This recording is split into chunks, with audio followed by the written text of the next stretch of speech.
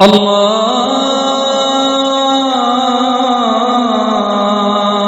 أكبر الله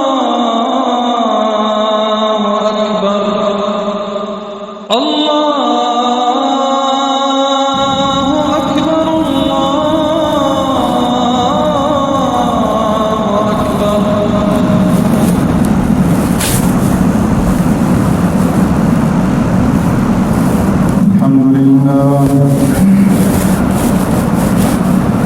الحمد لله نحمده ونستعينه ونستغفره ونؤمن به ونتوكل عليه ونعوذ بالله من شرور أنفسنا ومن سيئات أعمالنا من يهده الله فلا مضل له ومن يضلل فلا هادي له ونشهد أن لا إله إلا الله وحده لا شريك له ونشهد أن سيدنا وسندنا ونبينا ومولانا محمدا عبده ورسوله أرسله الله إلى كافة للناس بشيرا ونذيرا وداعيا إلى الله بإذنه وسراجا منيرا أما بعد فقد قال الله تبارك وتعالى في القرآن المجيد والفرقان الحميد فأعوذ بالله من الشيطان الرجيم بسم الله الرحمن الرحيم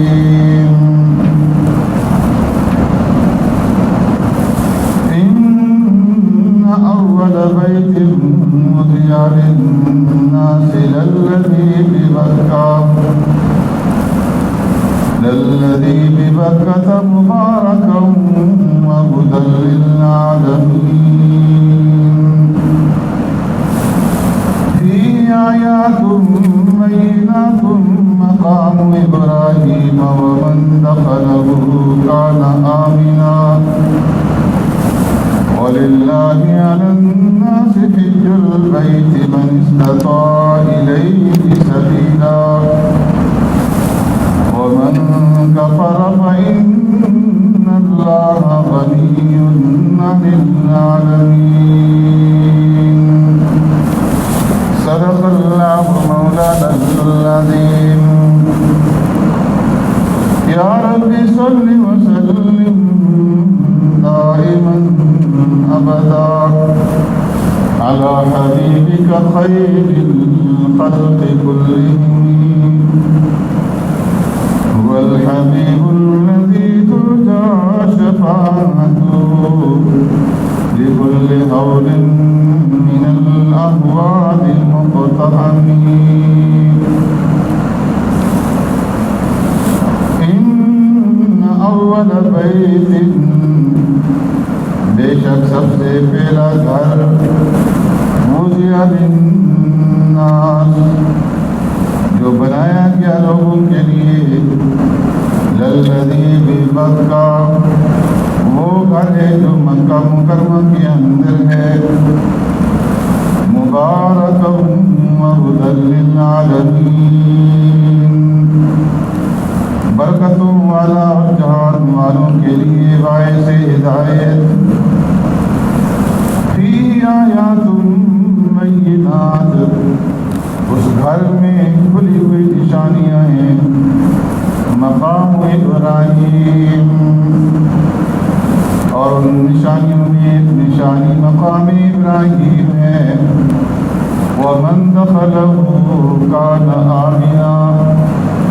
اور جو کوئی اس گھر کے اندر داخل ہوا اس نے امن پایا وَلِلَّهِ عَلَى النَّاسِ حِجُّ الْبَيْتِ اللہ کا حق ہے لوگوں پر اس کے گھر کا حج کرنا، من استطاع الیہ سبیلا، جو اس کی طرف چلنے کی طاقت رکھتا ہو، ومن کفر، اور جس نے جان بوجھ کر کے انکار کیا، فإن اللہ غنی عن العالمین، بس بے شک اللہ تبارک و تعالیٰ بے پرواہ ہے جہان والوں سے۔ آمنت باللہ و بآیاتہ،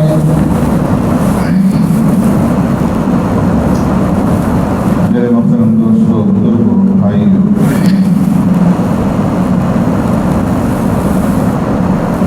گزشتہ جمعہ میں حضرت ابراہیم علیہ السلام اور حضرت اسماعیل علیہ السلام کے بارے میں عرض کیا تھا کہ مکہ کی اس ویران وادی کے اندر چھوڑنے کے بعد ابراہیم علیہ السلام اللہ رب العزت کے حکم سے کئی مرتبہ تشریف لائے، اور جب اماں ہاجرہ کا انتقال ہو گیا تو اس کے بعد حضرت ابراہیم علیہ السلام جب تشریف لائے، کافی عرصے کے بعد باپ اور بیٹے کی آپس میں ملاقات ہوئی۔ وہ عجیب ہی منظر تھا۔ ابراہیم علیہ السلام جب تشریف لائے تو اسماعیل علیہ السلام زمزم کے کنویں کے قریب ایک درخت کے نیچے بیٹھے اپنے تیر ٹھیک کر رہے تھے کہ والد آ گئے،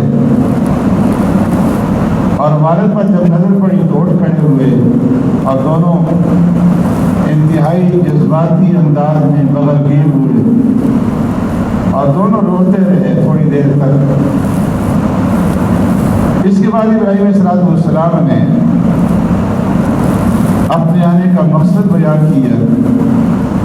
کہ اے اسماعیل، مجھے رب العالمین کی طرف سے یہ حکم دیا گیا ہے کہ میں اس کا گھر تعمیر کروں، اور قریب ہی ایک قلعے کی طرف اشارہ کرتے ہوئے فرمایا کہ یہاں پر اللہ کا گھر تعمیر کرنا ہے، تو کیا اللہ کے گھر کی تعمیر کے اندر تم میرا ساتھ دو گے، میری مدد کرو گے؟ اسماعیل علیہ السلام نے عرض کیا کہ ابا جان کیوں نہیں، میں آپ کی بھرپور مدد کروں گا۔ تو حضرت ابراہیم علیہ السلام اور حضرت اسماعیل علیہ السلام نے مل کر کے اس گھر کی تعمیر فرمائی کہ جو گھر اول عالم بھی ہے، اصل عالم بھی ہے، مرکز عالم بھی ہے اور وسط عالم بھی۔ یہ چار باتیں میں نے عرض کی ہیں، اول عالم، اصل عالم، مرکز عالم اور وسط عالم، اور ان چاروں کی اوپر جو دلیل ہے وہ بعض نص قطعی سے ثابت ہے اور بعض آثار صحابہ سے۔ فرمایا کہ ان اول بیت وضع للناس للذی ببکہ، اس روئے زمین پر سب سے پہلا گھر جو تعمیر کیا گیا وہ گھر ہے کہ جو بکہ کے اندر، بکہ کے مفسرین نے دو معنی بیان کیے، ایک بکہ کا معنی ہے مکہ مکرمہ کا شہر، اور دوسرا معنی ہے کہ وہ جگہ جہاں پر بیت اللہ واقع ہے اس کو بکہ کہتے ہیں، اور اس کے ارد گرد کے باقی شہر کو مکہ کہا جاتا ہے۔ اللہ تبارک و تعالیٰ نے جو اس کائنات کو بنایا ہے، چار عناصر ہیں، عناصر اربع کہلاتے ہیں، کہ جس سے مل کر کے یہ ساری کائنات بنی ہے اور اسی سے مل کر کے ہم اور آپ بھی بنے ہیں۔ اور ان چار عناصر میں سے ایک پانی ہے، دوسری مٹی ہے، تیسری ہوا اور چوتھی آگ۔ اللہ تبارک و تعالیٰ نے ان عناصر اربع میں سب سے پہلے پانی کو پیدا فرمایا، اور آثار صحابہ سے معلوم ہوتا ہے کہ اس پوری کائنات کے اندر صرف پانی ہی پانی تھا۔ ایک عظیم الشان، ایک عمیق اور ایک گہرا سمندر اس کائنات کے اندر موجود تھا، اور اس سمندر کے اوپر پھر اللہ رب العالمین کا عرش عظیم واقع ہے۔ تو اللہ نے جب اس کائنات کو بنانا چاہا اور چاہا کہ اس پانی سے دیگر عناصر بھی تیار کیے جائیں، تو فرمایا کہ اس سمندر کے اندر سب سے پہلے جو جگہ ابھری اوپر کی طرف تو وہ بیت اللہ کی جگہ ہے، جہاں پر بیت اللہ واقع ہے۔ تو سمندر کے اندر اس جگہ کے اندر وہ ابھار پیدا ہوا، ایک چھوٹی سی پہاڑی کی شکل میں، ایک ٹیلے کی شکل کے اندر پانی جو ہے یہ ابھرا ہوا تھا۔ پھر اس کے اندر اللہ نے دوسری جو وضع فرمائی وہ یہ کہ جتنی جگہ پہ پانی ابھرا ہوا تھا اتنی جگہ کے اندر پانی بیٹھ گیا، اس کے اندر گہرائی واقع ہو گئی، اور پھر اللہ رب العزت نے ہوا کو حکم دیا اور تیز ہوا چلی، سمندر کے اندر تلاطم پیدا ہوا اور اس سے موجیں بنی، اور وہ موجیں جب آپس میں ٹکرائی اور یہ جو گہرائی تھی اس گہرائی کے اندر جب پانی آپس میں ٹکرانے لگا تو اس سے جھاگ پیدا ہوئی۔ آپ میں سے جن حضرات نے سمندر کی سیر کی ہوگی یا سمندر کے کنارے گئے ہو گئے وہ اس بات کو جانتے ہیں کہ جب سمندر کی موجیں سمندر کے کناروں سے ٹکراتی ہیں تو اس ٹکراؤ کی وجہ سے وہاں پر جھاگ پیدا ہوتی ہے،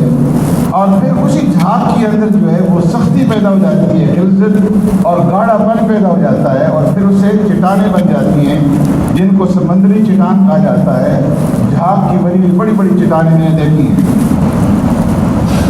جو سمندر کے کنارے جو ہے جھاگ کی وجہ سے صرف بن جاتی ہیں۔ تو یہاں پر جب پانی کا ٹکراؤ ہوا تو وہاں پر جھاگ پیدا ہوئی، اور اس جھاگ کے اندر سب سے پہلے میں کہ ایک اینٹ کے برابر میں، ایک بارش کے برابر اس جھاگ کے اندر غلظت، گاڑھا پن اور سختی پیدا ہوئی، اور اس نے پتھر کی شکل اختیار کی۔ تو سب سے پہلے جو زمین کی بنیاد ہے وہ بیت اللہ سے شروع ہوئی، اور سب سے پہلے جو زمین بنی تو ایک بارش کے برابر، ایک اینٹ کے برابر سفید رنگ کے اندر تھی، اور فرمایا کہ 2000 سال تک اللہ تبارک و تعالیٰ نے اس کو اس حال کے اندر رکھا۔ اس کے بعد اللہ رب العزت نے جب چاہا کہ یہاں سے زمین کو اور پھیلایا جائے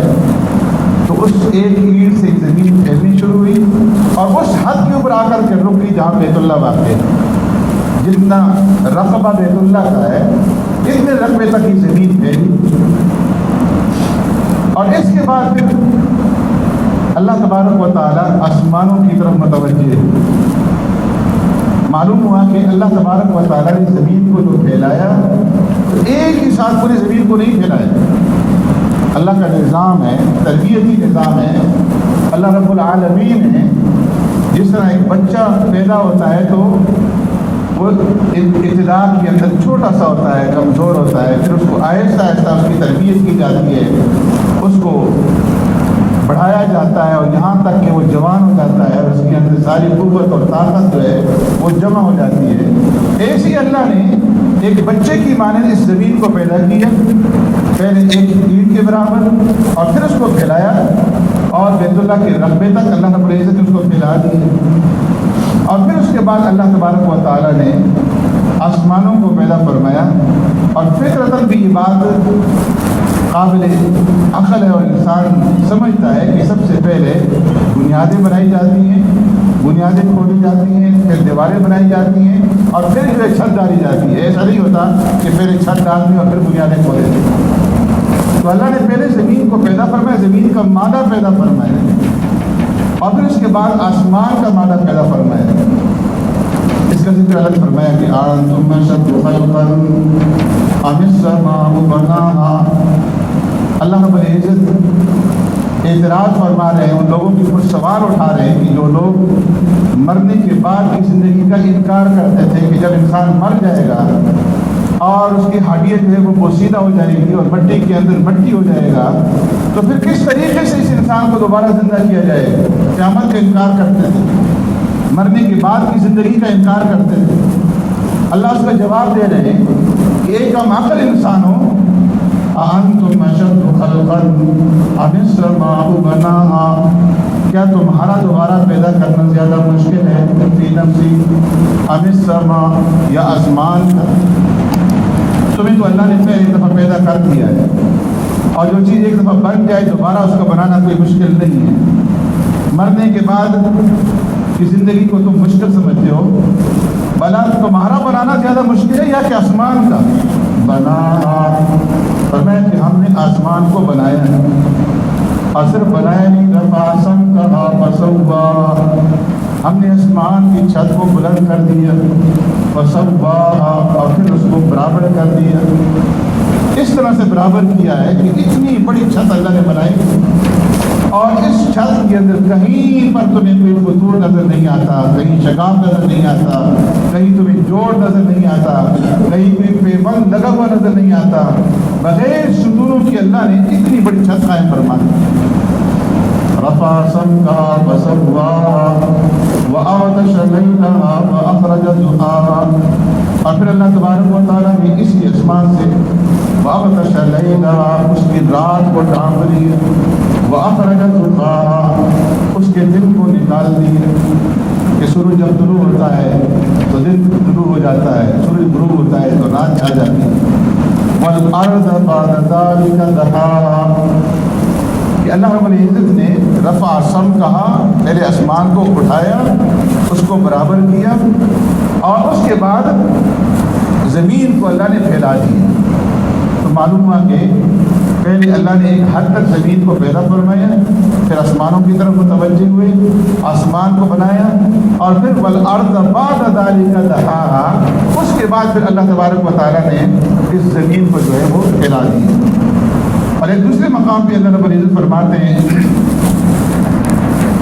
قُلْ إِنَّكُمْ لَتَكْفُرُونَ بِالَّذِي خَلَقَ الْأَرْضَ فِي يَوْمَيْنِ وَتَجْعَلُونَ لَهُ أَندَادًا، فرما دیجیے کہ امام صلی اللہ علیہ وسلم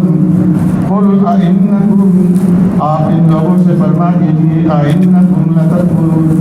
جو لوگ اللہ کا انکار کرتے ہیں، اللہ کے ساتھ شریک اور ساجد ٹھہراتے ہیں، آپ ان بے عقلوں سے، ان احمقوں سے کہہ دیجیے أَإِنَّكُمْ لَتَكْفُرُونَ، کیا تم کفر کرتے ہو، کیا تم انکار کرتے ہو اس ذات کا خلق الارض فی یومین، کہ جس ذات نے زمین کو 2 دنوں کے اندر پیدا فرمایا، وَتَجْعَلُونَ لَهُ أَندَادًا، جو اتنی عظیم ذات ہے، اتنی قدرت والی ذات ہے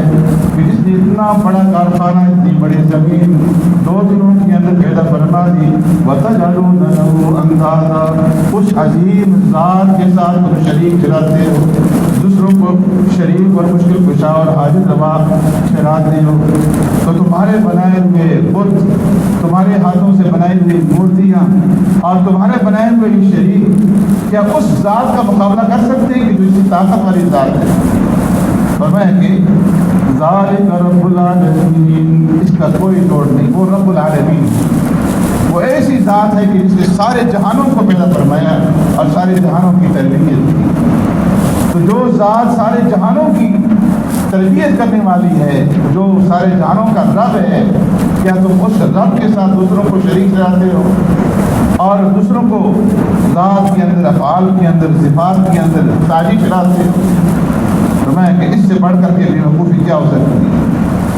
آقا نامدار سرور کائنات رحمت دو عالم صلی اللہ علیہ وسلم کے پاس یہود کا ایک وفد آتا ہے اور آ کر کے سوال کرتا ہے کہ یا رسول اللہ، آپ ہمیں بتائیے کہ اللہ نے آسمانوں اور زمین کو کس طرح سے پیدا کی ہے؟ تو آقا نامدار سرور کائنات رحمت دو عالم صلی اللہ علیہ وسلم نے ارشاد فرمایا کہ اللہ تبارک و تعالیٰ نے اتوار کے دن سے اس کائنات کو بنانا شروع فرمایا، اور اتوار اور سوموار، اتوار اور پیر، ان 2 دنوں کے اندر اللہ نے زمین کو پیدا فرمایا، اور پھر مغل کے دن اللہ تبارک و تعالیٰ نے اس زمین کے اوپر پہاڑوں کو پیدا فرمایا، پہاڑوں کو رکھا، اور پہاڑوں کے اندر جتنے بھی ذخائر ہیں اور جتنے بھی معدنیات ہیں اور جتنے بھی اللہ نے خزانے پہاڑوں کے اندر رکھے ہیں، وہ سارے کے سارے خزانے اللہ نے مغل کے دن پہ پیدا فرمایا۔ اور پھر بدھ کا جو دن ہے، اس کے اندر اللہ تبارک و تعالیٰ نے زمین کے اندر جنگل پیدا فرمائے، چشمے پیدا فرمائے، کھلے میدان پیدا فرمائے، شہر اللہ رب العزت نے پیدا فرمائے۔ تو یہ 4 دنوں کے اندر اللہ تبارک و تعالیٰ نے اس زمین کو، اس کائنات کو پیدا فرمایا۔ فرمایا وَجَعَلَ فِيهَا رَوَاسِيَ مِن فَوْقِهَا وَبَارَكَ فِيهَا۔ تو اللہ نے پہلے بیت اللہ کی حد تک زمین کو پیدا فرمایا، پھر 7 آسمانوں کو پیدا فرمایا، اور پھر اس کے بعد اللہ تبارک و تعالیٰ نے زمین کو حکم دیا کہ اب پھیلنا شروع کر دے، اور زمین نے پھیلنا شروع کیا، اور پھیلتے پھیلتے اس حد کے اوپر جا کر کے زمین رک گئی جس حد تک آج خشکی موجود ہے۔ تو اس کائنات کے اندر 3 حصے جو وہ پانی کے ہیں، ایک حصہ خشکی کا ہے۔ تو اللہ نے 2 دنوں کے اندر زمین کو پیدا فرمایا، اور اس کے بعد آسمانوں کی طرف متوجہ ہوئے، اور پھر اس کے بعد وَجَعَلَ فِيهَا رَوَاسِيَ مِن فَوْقِهَا، اس زمین کے توازن کو قائم رکھنے کے لیے اس کے اوپر بڑے بڑے پہاڑ جو ہے وہ اللہ رب العزت نے لاد دیے۔ وَبَارَكَ فِيهَا، اور اس کے اندر برکت رکھ دی۔ برکت سے مراد انسانوں اور چوپاؤں اور جتنی بھی مخلوقات ہیں ان کی ضروریات کی ساری چیزیں اللہ تبارک و تعالیٰ نے ان پہاڑوں کے اندر اور اس زمین کے اندر رکھ دی۔ وَقَدَّرَ فِيهَا أَقْوَاتَهَا، اور انسانوں کی اور جانوروں کی جتنی غذائیں ہیں وہ اللہ نے زمین کے اندر رکھ دی۔ تو اللہ نے زمین کو پیدا کرنے کے بعد اس کا توازن قائم رکھنے کے لیے پہاڑ رکھے، اور پھر اس کے بعد اس کے اندر ساری چیزیں اللہ نے جمع کر دی۔ زمین کے مختلف حصے ہیں، اور ہر حصے کے اندر اللہ نے مختلف خاصیتیں پیدا کی۔ وہاں کے جو رہنے والے انسان ہیں ان کی بھی خاصیتیں، ان کے مزاج الگ ہیں، اور پھر ہر ایک مزاج کے مطابق ہر ایک علاقے کے اعتبار سے اللہ نے اس زمین کے اندر پیداوار بھی رکھی ہے۔ کہیں کوئی چیز پیدا ہو رہی ہے، کہیں کوئی چیز پیدا ہو رہی ہے، ایک جگہ ایک چیز پیدا ہوتی ہے، دوسری جگہ وہ چیز پیدا نہیں ہوتی۔ اللہ نے یہ نظام اس لیے بنایا کہ سارا عالم جو ہے یہ مل کر کے چلتا رہے، اور لوگ ایک دوسرے کے کام آتے رہیں، ایک جگہ کی پیدا کی ہوئی چیز دوسری جگہ پہنچے، اور دوسری جگہ کی پیدا کی ہوئی چیز تیسری جگہ پہنچے، تو یہ لوگوں کا آپس میں تعلق جوڑا رہے اور نظام عالم جو ہے یہ چلتا رہے۔ تو اللہ رب العزت نے 4 دنوں کے اندر فرمایا کہ وَقَدَّرَ فِيهَا أَقْوَاتَهَا فِي 4 أَيَّامٍ، ان 4 دنوں کے اندر اللہ نے زمین اور زمین کے سارے خزانوں کو پیدا فرما دیے۔ ثم استوى إلى السماء وهي دخان، اور پھر اللہ رب العزت آسمان کی طرف متوجہ ہوئے،